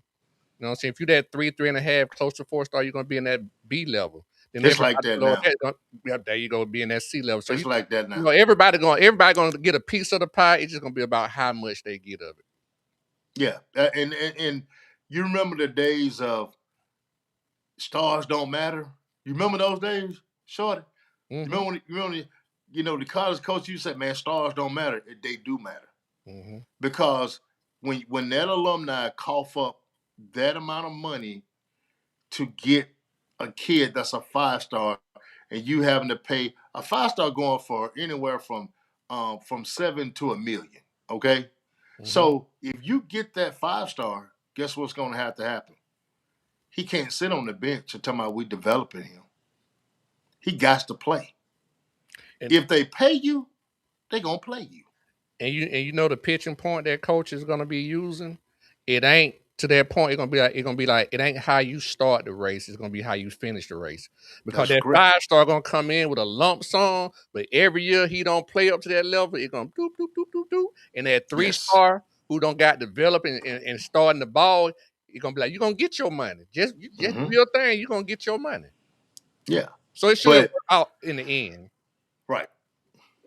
Exactly right. And that's just what I'm just glad, we was able to cover these things on the portal, man, because the portal is like a lot of people think a lot of different things, but being a father and being somebody who has played college football and dealing with kids that been in and out of the portal and dealing with my own son that's been in the portal, I understand a lot of things that people don't understand about the portal.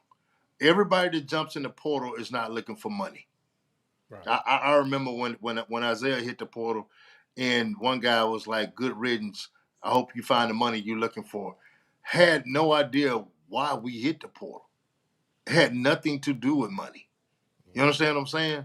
So I just hope this show was able to bring a lot of light on what's going on. And without the guardrails, Dabo Swinney, I'm sorry, homeboy. You can cry a river, but guess what? It's drying up real fast. And to your point, because like if people would just look a little bit deeper than the surface, they would understand that if people were just hitting the portal for money, there wouldn't be so many people left in the portal. A lot of these kids going because they have to, and they still ain't got nowhere to go when they go in there. That's Nowhere. correct. I know a kid right now left San Diego State, was forced in the portal at San Diego State, and wanted to come to a FCS school, wanted to come to a SWAC school, and he could not afford it.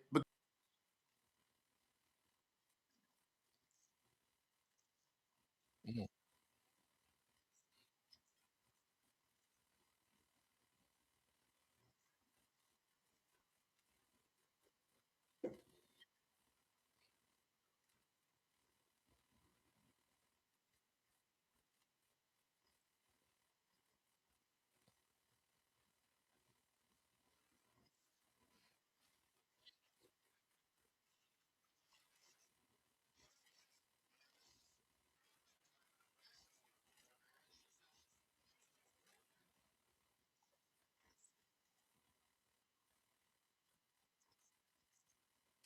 Because ain't on the screen right now. I don't know if he turned his camera off or something happened, but he ain't on the screen. Uh-oh.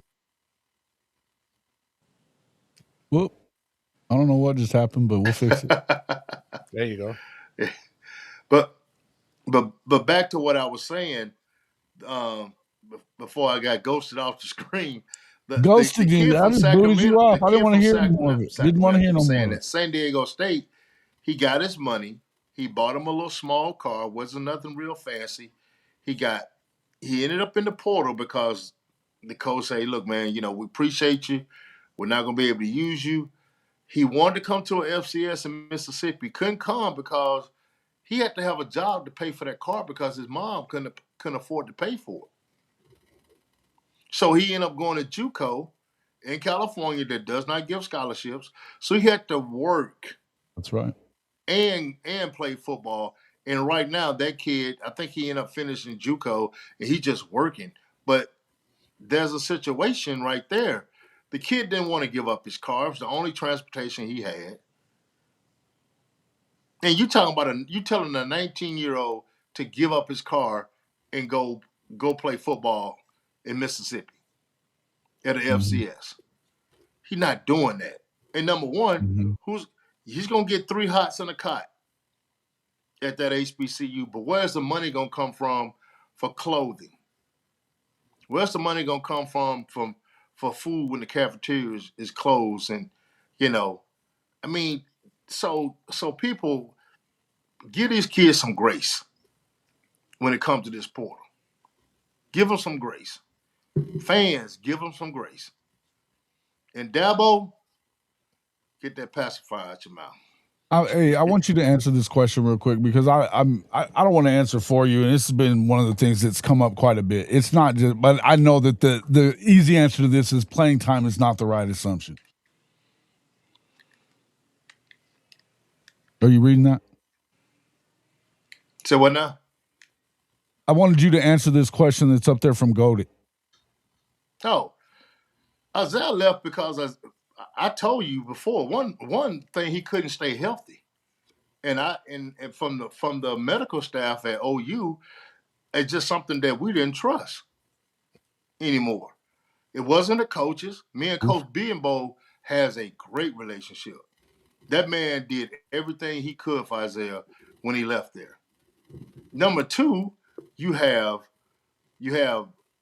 Michael Fasucci and you have Ryan Foje, who are freshmen, along with Isaiah, because Isaiah got his, he's getting his medical. And we looked at an opportunity to get on the field. But we couldn't get on the field with the situation that we was in medically. Were you guys getting second and third opinions? Obviously, because you didn't. Oh, we ended up getting a second opinion. We ended up getting a second opinion. That's why we found the tear. So we ended up getting a second opinion on it. And I feel like, this has been a problem at Oklahoma for a few years as well. This has been a problem for Gentry Williams that you guys are getting. Couldn't stay healthy at Oklahoma. Well, part of that was because they missed an injury. Misdiagnosed. Well, they misdiagnosed it. They misdiagnosed. And it's happened to other players too, man. It just happened. Yeah. So the thing about it is no, it's none but love for Coach B. Isaiah wasn't forced in the portal. We talked to Coach B on Christmas. Coach B called us on Christmas, talking and wanted to know how things were going. Isaiah still had the opportunity to stay at OU, but we felt that, it was a time for him to make a different move. He needed a fresh start, and the decision was made. There was talk about, moving Ryan Foje back inside, putting Isaiah out there, and that was all well and good, man, but he needed a fresh start. The injury thing, man, if you got 4 or 5 offensive linemen that are injured, that has never been injured in high school before, then that, to me, is a problem. And it wasn't the trainers, the best trainers, man. Hats off to Dylan at OU, did a hell of a job on Isaiah, because if it weren't for Dylan, he wouldn't have got back the way he did. But there were things that we just didn't approve of, that we thought was not up to par, and so we had the option to leave, and we did. But now I'm being a little bit nosy because you just said something that made my antennas rise up. Because you're saying 5 or 6 players at this position it happened to. Yes. So there has to be something within. I don't know if we want to call it the training, the meal plan. I don't know if they ain't got the right braces. I don't know if they just changed their trainer out. Oh, okay. That's what I'm saying. Got to be, because it's a common denominator. The strength and conditioning coach has been replaced. Okay. For sure. Yeah. That's part of it, I think, as well. Okay. Yeah. So it's no coincidence that many guys, end up injured. I hadn't heard it. I hadn't heard it at all. The guys are not tough. They're not this, not that. But I can tell you what. There's one guy in the NFL right now. He'll tell you, and he's an old vet. He'll tell you, hey man, look, some of that stuff I don't even do anymore. And I've been there 17 years. And he was up under the same training staff. So, like I said, man, Bimbo, man, hats off to the big guy. Love him to death. He taught Isaiah a lot. Anything I can help him with, man, that's what we're gonna do. But like I say, man, we ended up in a spot that actually those two guys gave Isaiah his first offer when they were at Ole Miss, and that was Coach Leb and Coach Phil Longholt. So, and he's 45 minutes right down the street. So it made things a lot easier, man, for us. But like I said, man, the injury bug at OU, man, I hope they get better. I hope that because that's always home, because that's what we started out at. But we just got to make sure that, hey, man, he needed a switch. Everybody need to change up every now and then. And we spent 2 years there. Loved every minute of it. Gonna miss the tailgating scene, man. But like I say, one thing, we had to put his health first, and that's what we did. Yeah, no doubt about it. No doubt about it, guys. We've been going for about an hour, almost 2 hours now for an hour show. I love it that we do this. I love and happy to have Shawty back on. We ain't got Shawty, man. in a while. Hey, Shawty, you got to join the club, bro. We got to have you, man. The Gauntlet. He's gonna be a Gauntlet regular, bro, for sure. That's gonna happen. Thanks y'all having me, man. I enjoyed it. Oh man, appreciate you guys. I just wanted to go through the one last thing that I wanted to obviously that stalemate, and we didn't really talk about a whole lot other than just the CFP stuff. I guess my final take on the CFP stuff, I don't care to see it go to 16. I think that 16 is the round number that I hope it lands at and stays. Is it going to stay there? Probably not.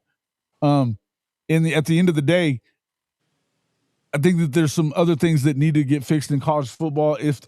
And look, do I think that the tampering stuff is going to ever go away? Probably not. But I think at some point it's not going to be.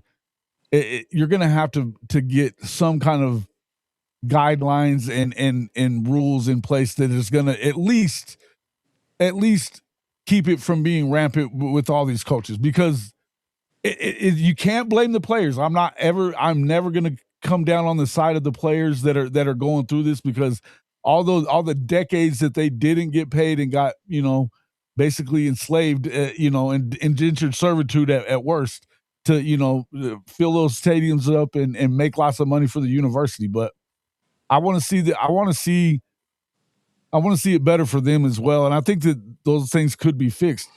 I don't know that I believe. I think that Dabo in the end was probably. I think you said it right, Dabo. He's trying to Dabo, whatever, Dabo. I think he's trying to save himself from what he thinks is coming, and I think he sees the end is near. Right? Yes. At the end of the day, but like I said, I appreciate everybody coming in.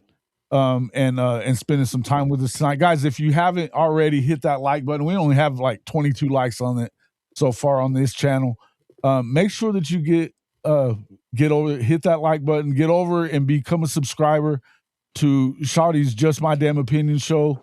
Get over to Marcus Dent's 365 Gridiron Insight as well if you're watching on my channel, and go over to Ole Miss 365 and check it out. This is a different type of recruiting website that they're putting together. They've got some fantastic content over there. I've been enjoying it quite a bit myself. But again, guys, appreciate you all coming in. We've got a lot of cool stuff coming up. You might want to jump in with us on next Sunday, because we're going to be talking about who's on the what's the hottest seat in SEC coaching starting next week. Who's got to win now, whose seat could get hot, and but we're going to do that next weekend. So we'd like to have you come in and talk with us on that one. I already got a coach in mind. No, you do. So do I. I got a few of them. For sure. We appreciate you, brother. Yes, sir, guys, man. Thanks a lot for coming in. Yep. Y'all be safe in this weather, man. No doubt. Stay warm. Thanks everybody for coming in. Stay warm, stay healthy, stay safe. Talk to you soon.